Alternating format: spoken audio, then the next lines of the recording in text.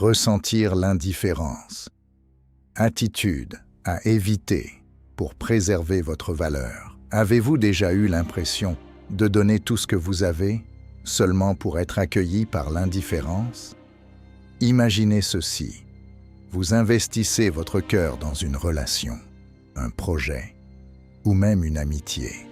Et que recevez-vous en retour? Le silence.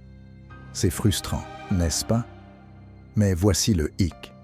Et si je vous disais qu'il existe des attitudes spécifiques que vous pourriez avoir qui écartent encore plus ceux qui ne vous valorisent pas? Imaginez-vous à un carrefour, et chaque choix que vous faites pourrait soit attirer les gens, soit les repousser. Ressentez-vous le poids de cette décision? Il ne s'agit pas seulement de ce que vous faites, c'est aussi sur la manière dont vous réagissez et comment vous vous présentez dans la vie des autres. Pensez-y. Comment votre énergie change-t-elle lorsque vous réalisez que quelqu'un ne voit tout simplement pas votre valeur? Aujourd'hui, nous allons plonger profondément dans les 8 attitudes qui peuvent vous laisser un sentiment de désespoir et de manque de reconnaissance. Restez avec moi, car comprendre ces traits pourrait tout changer pour vous. Êtes-vous prêt à briser le cycle de la frustration? Dévoilons cela ensemble. Ignorez les limites. Vous savez, j'ai toujours cru que les limites sont comme des murs invisibles que nous construisons pour protéger notre espace personnel. Elles sont essentielles pour maintenir notre santé émotionnelle et notre bien-être. Mais que se passe-t-il lorsque ces murs sont ignorés? C'est comme si quelqu'un entrait chez vous sans frapper, s'installant chez vous alors que vous vous sentez mal à l'aise et désorienté. J'ai vécu cela directement et laissez-moi vous dire que ce n'est pas agréable. Vous commencez à remettre en question vos propres niveaux de confort et à vous demander si vous êtes trop sensible. Mais la vérité est que tout le monde a ses limites et lorsqu'elles sont ignorées, cela crée une atmosphère toxique. Lorsque quelqu'un ignore vos limites, cela ressemble à une invasion. Vous avez pu communiquer un besoin d'espace ou de temps seul, mais cette personne continue d'y empiéter. Elle peut penser qu'elle est utile ou attentionnée, mais en réalité, cela semble suffocant. Je me souviens d'une époque où un ami se présentait sans prévenir, malgré mes allusions que j'avais besoin de temps pour me ressourcer. Cela donnait l'impression que mes besoins n'importaient pas, et cela me laissait un sentiment d'impuissance. Je me suis retrouvé à me retirer, me sentant plus isolé car je ne pouvais exprimer mon inconfort sans craindre leur réaction. Ce genre de comportement peut mener à du ressentiment et à de la frustration. Lorsque vos limites sont ignorées, c'est comme si l'on vous disait que vos sentiments et vos besoins ne sont pas valables. Cette constante violation peut éroder votre estime de soi, vous amenant à remettre en question votre valeur. J'ai appris que lorsque quelqu'un franchit systématiquement ses limites, il est essentiel de rester ferme et d'affirmer vos limites, même si cela semble inconfortable. Le défi est que tout le monde ne réagit pas bien à cela. Parfois, ils peuvent réagir défensivement, compliquant encore plus la relation. Avec le temps, j'ai réalisé qu'établir et maintenir des limites est un acte de respect de soi. Ce n'est pas seulement dire non, mais créer un environnement où les deux parties se sentent en sécurité et valorisées. Lorsque vous définissez des limites claires, vous ne protégez pas seulement vous-même. Vous guidez également l'autre personne sur la manière de s'engager avec vous de manière plus respectueuse. Cela peut être difficile, surtout si vous avez été habitué à laisser les autres dicter les termes de vos interactions. Mais au moment où vous priorisez votre propre bien-être, cela conduit souvent à des relations plus saines et plus épanouissantes. En fin de compte, ignorer les limites est une recette pour le mécontentement. Cela crée une déchirure difficile à réparer. La leçon ici est que la communication est clé. Si vous vous trouvez dans une situation où vos limites sont ignorées, il est crucial d'exprimer vos préoccupations. J'ai constaté que des conversations ouvertes et honnêtes sur les limites personnelles peuvent souvent conduire à une meilleure compréhension et à un plus grand respect, renforçant finalement le lien entre les gens. Après tout le monde mérite de se sentir en sécurité et respecté dans ses relations. Manque de reconnaissance. Il y a quelque chose de profondément décourageant à se sentir sous-estimé, n'est-ce pas? Vous investissez votre cœur et votre âme dans votre travail, vos relations, ou même dans vos passe-temps. Et pourtant, il y a cette sensation lancinante que vos efforts passent inaperçus. C'est comme être un fantôme dans votre propre vie, invisible et non reconnu. J'ai été dans des situations où mes contributions étaient négligées, et cela m'a laissé à remettre en question ma valeur. C'est une pilule difficile à avaler, surtout quand vous faites de votre mieux pour faire une différence. L'absence de reconnaissance peut mener à des sentiments d'inadéquation. Lorsqu'on ne reçoit pas d'aveu pour nos efforts, il est facile de tomber dans un état d'esprit de doute de soi. Je me souviens d'un emploi où j'ai travaillé sans relâche sur un projet, uniquement pour que mon dur travail soit éclipsé par les contributions de quelqu'un d'autre. Cela a fait mal, et j'ai commencé à sombrer dans des pensées telles que « ne suis-je pas à la hauteur ?» ou « remarque-t-il même ce que je fais ?» Ce manque de reconnaissance peut être démoralisant et peut même vous pousser à vous désengager de votre travail ou de vos relations. Ce n'est pas seulement une question des grandes réussites. Parfois, ce sont les petits efforts quotidiens qui méritent aussi d'être reconnus. Un simple « merci » ou un mot d'appréciation peut faire beaucoup pour faire sentir à quelqu'un qu'il est valorisé. J'ai appris que montrer de la gratitude élève non seulement les autres, mais favorise également un environnement positif où chacun se sent motivé à contribuer. Quand vous reconnaissez les efforts de quelqu'un, cela l'encourage à continuer et à aspirer à davantage. C'est un cycle de positivité qui bénéficie à tous les impliqués. À l'inverse, lorsque la reconnaissance est absente, cela engendre du ressentiment. Vous commencez à sentir que vos contributions sont prises pour acquises, et cela peut créer une déchirure dans les relations. Dans mon expérience, j'ai vu comment le déficit de reconnaissance peut mener à des tensions entre amis ou collègues. Les gens commencent à tenir compte de qui fait quoi, et cela peut se transformer en concurrence plutôt qu'en collaboration. Cette atmosphère est toxique et contre-productive, rendant crucial le fait pour les individus de reconnaître activement les efforts de chacun.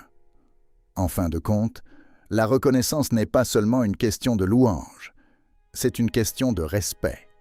Lorsque vous appréciez les contributions de quelqu'un, vous affirmez sa valeur et reconnaissez son rôle dans le tableau d'ensemble.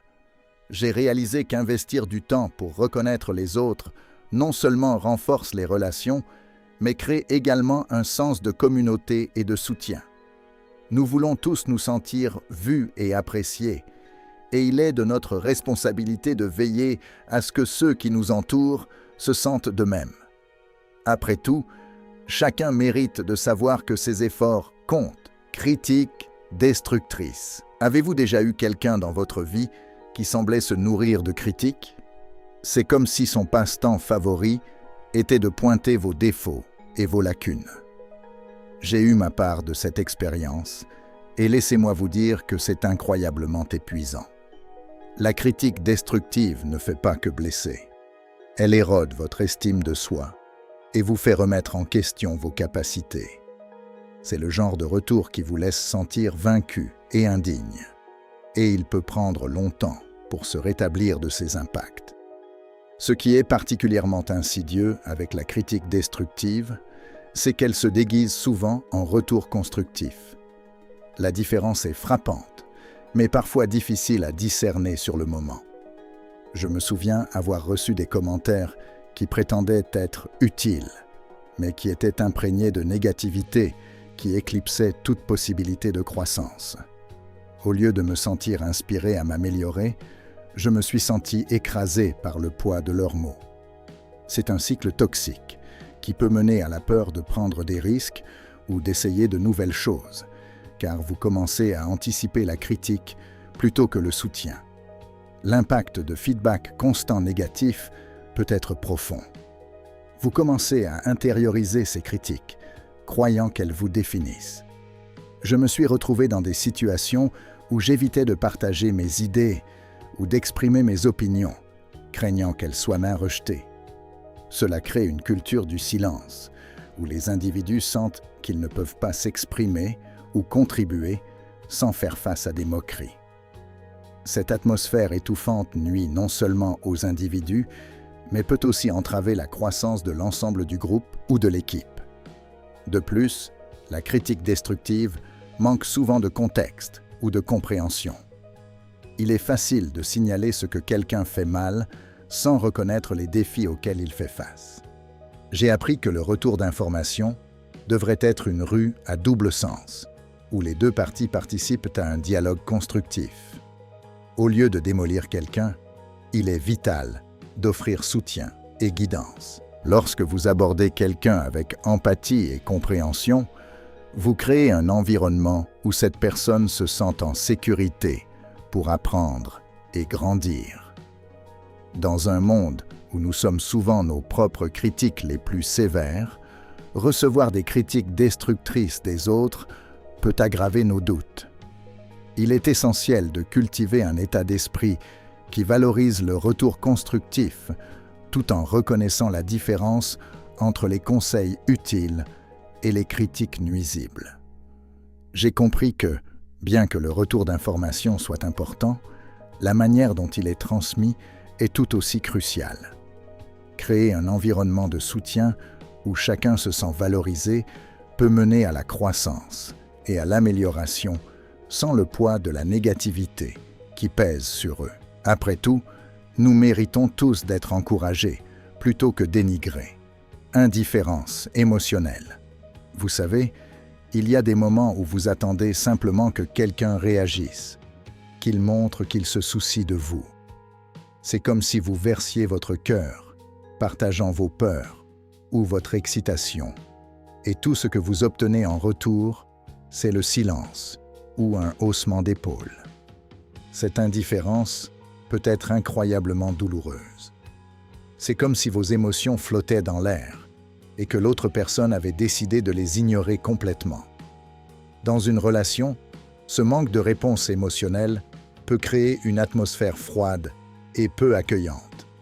Vous commencez à vous demander si ce que vous ressentez a de l'importance. Quand quelqu'un est émotionnellement indifférent, on a l'impression que vous parlez une langue différente. Vous vous atteignez, espérant un certain lien. Mais tout ce que vous recevez, c'est de l'apathie. C'est décourageant. Vous pourriez vous retrouver à remettre en question vos propres sentiments. Est-ce que je réactionne trop ? Vous demandez-vous ? Ou peut-être que je devrais juste garder les choses pour moi. C'est une route dangereuse, car cela conduit à l'isolement. Vous commencez à tout garder pour vous, et la distance émotionnelle ne fait que s'élargir. Au lieu de vous sentir soutenu, vous finissez par vous sentir seul, même en étant avec cette personne. Il ne s'agit pas seulement des grands moments. Il s'agit aussi des petites choses qui passent souvent inaperçues.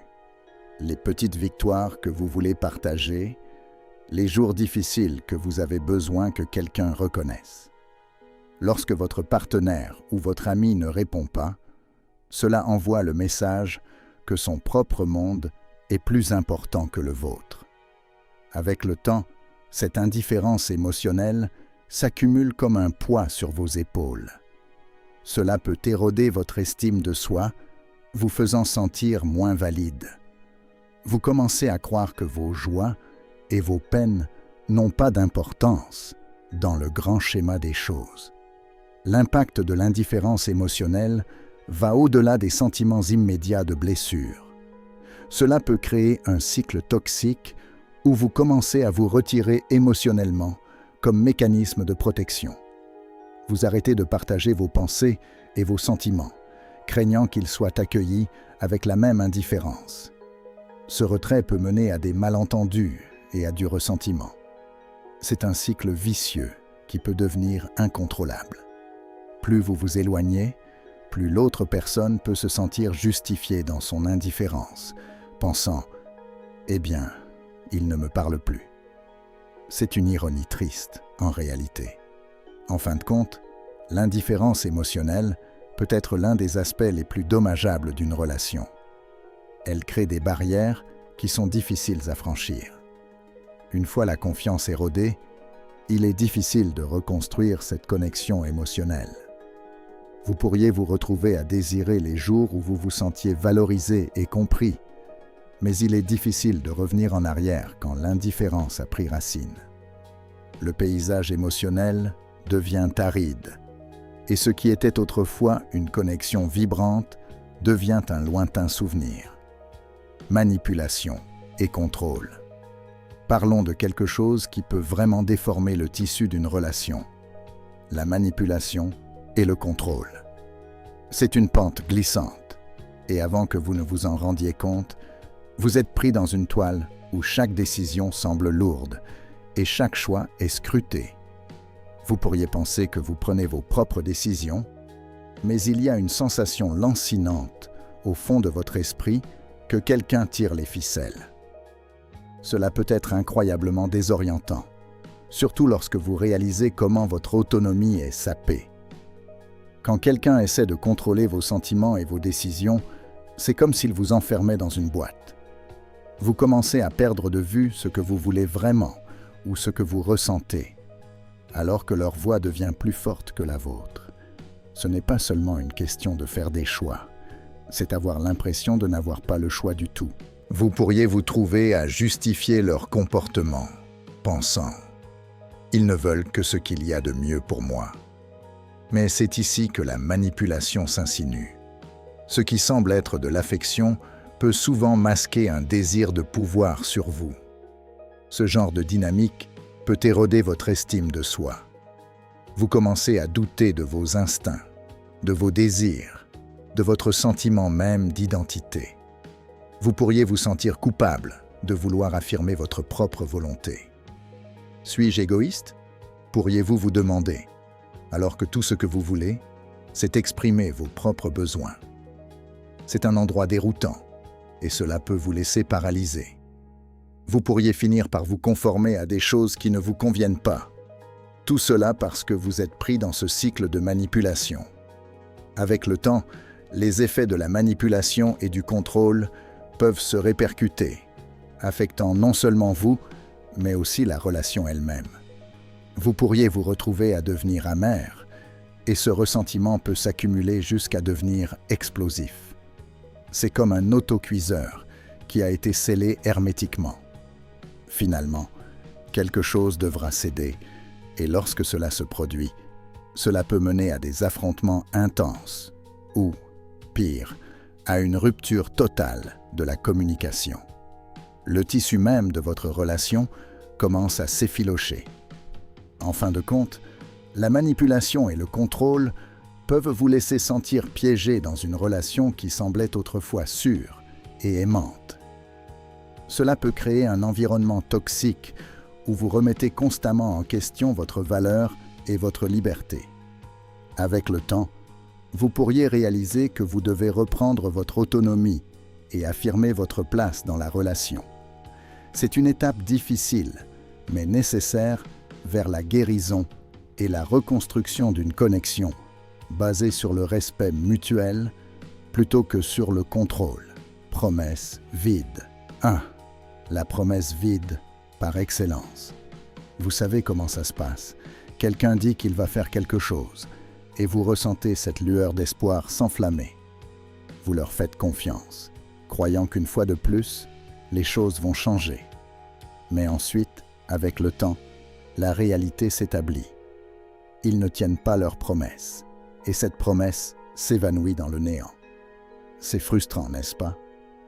Ces promesses vides peuvent laisser une traîne de déception et de méfiance, et elles peuvent sérieusement saper les fondements de toute relation. Lorsque des promesses sont faites mais non tenues, cela crée une sensation d'instabilité. Vous commencez à remettre en question non seulement leurs mots, mais aussi leur engagement envers vous.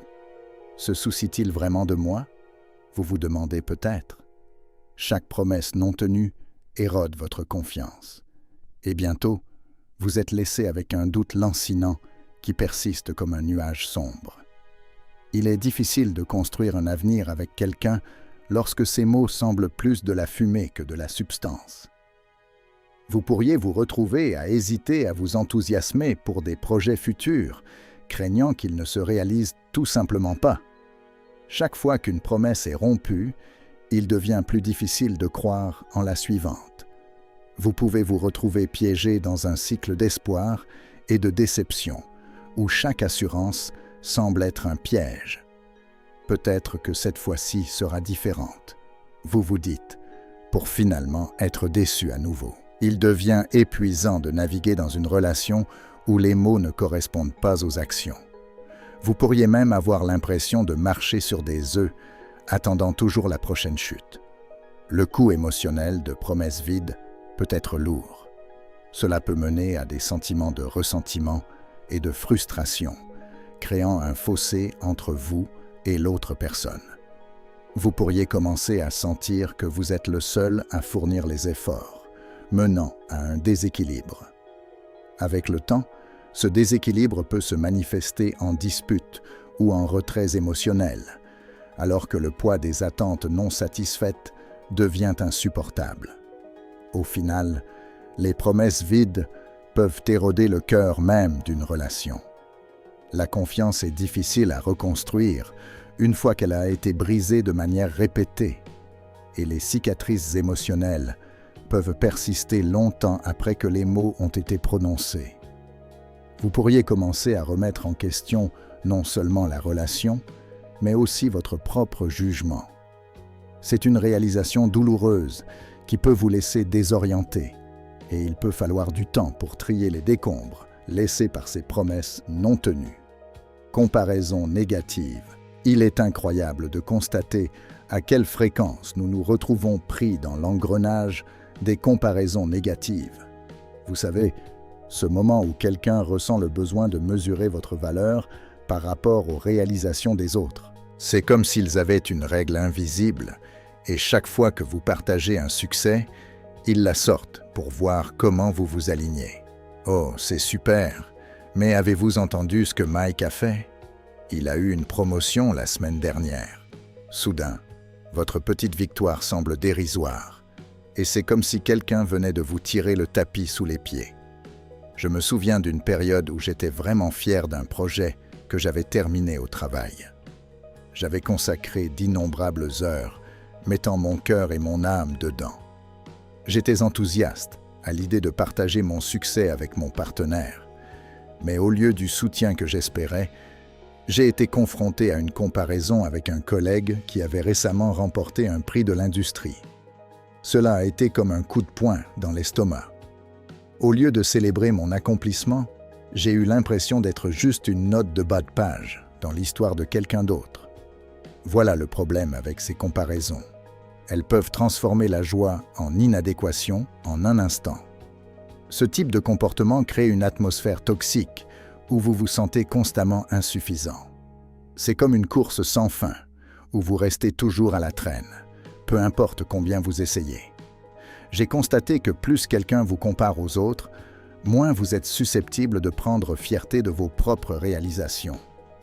Vous commencez à remettre en question votre valeur, vos capacités et même votre identité.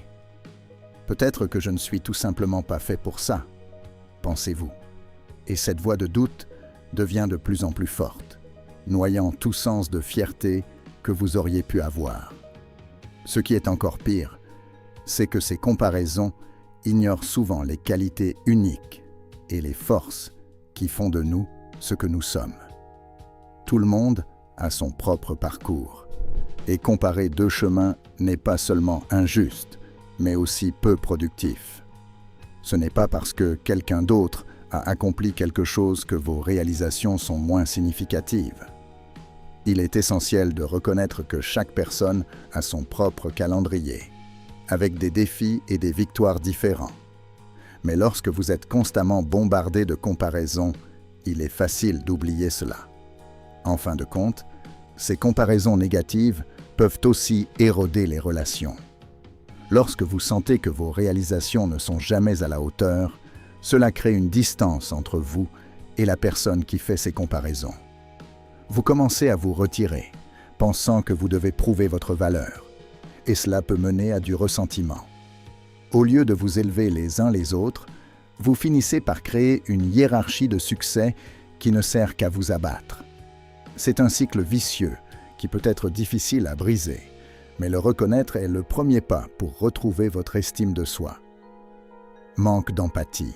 L'empathie est un composant crucial de toute relation saine, mais elle semble souvent être une denrée rare.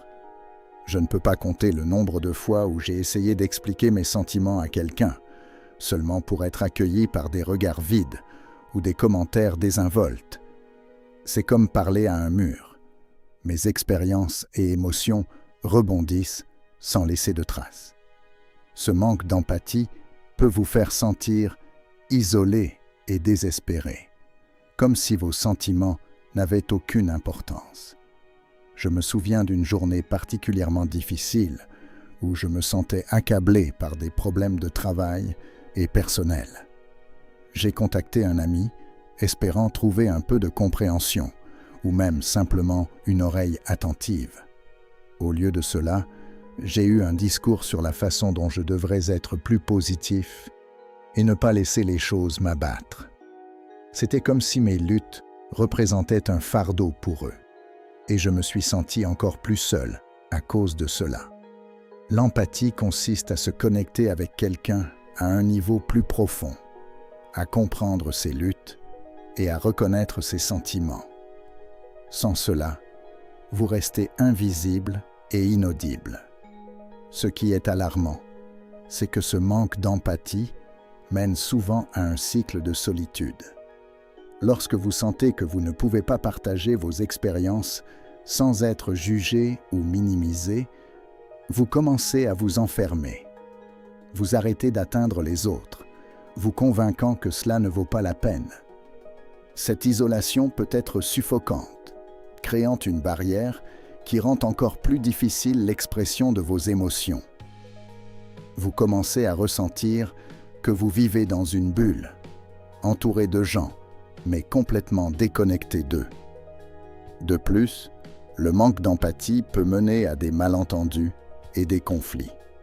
Lorsque quelqu'un traverse une période difficile et que l'autre ne reconnaît pas cette lutte, cela peut créer une déchirure difficile à réparer. J'ai vu des amitiés et des relations s'effondrer sous le poids des émotions non exprimées et des besoins non satisfaits. Il est crucial de se rappeler que chacun de nous combat ses propres batailles, et prendre un moment pour considérer la perspective de quelqu'un d'autre peut faire toute la différence. En fin de compte, cultiver l'empathie ne consiste pas seulement à être aimable. Cela consiste à établir des connexions qui enrichissent nos vies. Lorsque nous prenons le temps de nous comprendre, nous créons un environnement de soutien où chacun se sent valorisé. Il s'agit de reconnaître l'humanité des autres et de comprendre que nous sommes tous dans le même bateau. Alors, efforçons-nous d'être plus empathiques, d'écouter profondément et de nous connecter à un niveau qui dépasse les simples mots. Car dans un monde qui paraît souvent froid et peu accueillant, l'empathie peut être la chaleur dont nous avons tous un besoin désespéré. Conclusion. Les thèmes des comparaisons négatives et du manque d'empathie sont profondément entrelacés, créant une tempête parfaite qui peut dévaster les relations et l'estime de soi. Lorsque nous sommes constamment mesurés par rapport aux autres, il est difficile de favoriser un environnement d'empathie et de compréhension. Le poids de la comparaison peut étouffer notre capacité à nous connecter avec les autres de manière significative. Cela nous rappelle que nous devons être vigilants dans nos interactions, cherchant à élever les autres plutôt qu'à les rabaisser. Il est facile de tomber dans le piège de la comparaison, surtout dans un monde qui semble souvent compétitif. Les réseaux sociaux n'aident pas. C'est un bombardement constant de vie soigneusement choisie qui peut faire ressentir à quiconque un sentiment d'inadéquation. Mais nous devons nous rappeler que derrière ces images parfaites, il y a de vraies personnes avec de vraies luttes. Pratiquer l'empathie signifie reconnaître que chacun a sa propre histoire. Et parfois, juste un peu de gentillesse peut faire beaucoup pour faire sentir à quelqu'un qu'il est vu et valorisé. Il y a beaucoup de pouvoir à encourager les autres. Lorsque nous nous concentrons sur la célébration des forces et des accomplissements uniques de chacun, nous bâtissons une communauté solide et solidaire. Cela signifie créer une culture où nous pouvons tous prospérer, libérés des chaînes de la comparaison. J'ai découvert que lorsque nous déplaçons notre attention de la compétition vers la collaboration, nous bénéficions tous de manière vraiment profonde. Alors, levons notre verre à favoriser l'empathie et à célébrer l'individualité. Efforçons-nous de reconnaître la beauté dans nos différences et l'importance de soutenir les uns les autres. Car au bout du compte, il ne s'agit pas de savoir qui est le meilleur ou qui a accompli le plus. Il s'agit des connexions que nous établissons et de l'amour que nous partageons. Ensemble, nous pouvons créer un monde où chacun se sent valorisé et compris. Et c'est un monde pour lequel cela vaut la peine de lutter. Et voilà, ces 8 attitudes qui peuvent réellement mettre votre patience à l'épreuve et vous pousser à la limite. Mais faisons une pause un instant. Comment réagissez-vous lorsqu'il s'agit de personnes qui ne vous valorisent pas? Ressentez-vous de la frustration ou prenez-vous un moment pour réfléchir à ce qui compte vraiment? La vérité, c'est qu'il ne s'agit pas seulement d'eux. Il s'agit de la façon dont vous réagissez. Rappelez-vous, les stoïciens nous apprennent que notre pouvoir réside dans nos réponses. Alors, la prochaine fois que quelqu'un point invalidant votre valeur, demandez-vous, que puis-je apprendre de cela? Comment puis-je devenir plus fort? Prenez un moment et réfléchissez aux personnes de votre vie. Vous élèvent-elles ou vous tirent-elles vers le bas? S'entourer de positivité peut tout changer. Et en parlant de positivité, j'aimerais vous entendre. Quelle attitude avez-vous trouvé utile pour rester centré au milieu de la négativité? Partagez vos réflexions dans les commentaires ci-dessous. Si vous avez trouvé cette vidéo perspicace, n'oubliez pas de cliquer sur le bouton « J'aime » et de vous abonner pour plus de contenu qui vous autonomise dans ce voyage stoïque. Continuons la conversation. Votre chemin vers la résilience commence ici. Que choisirez-vous aujourd'hui?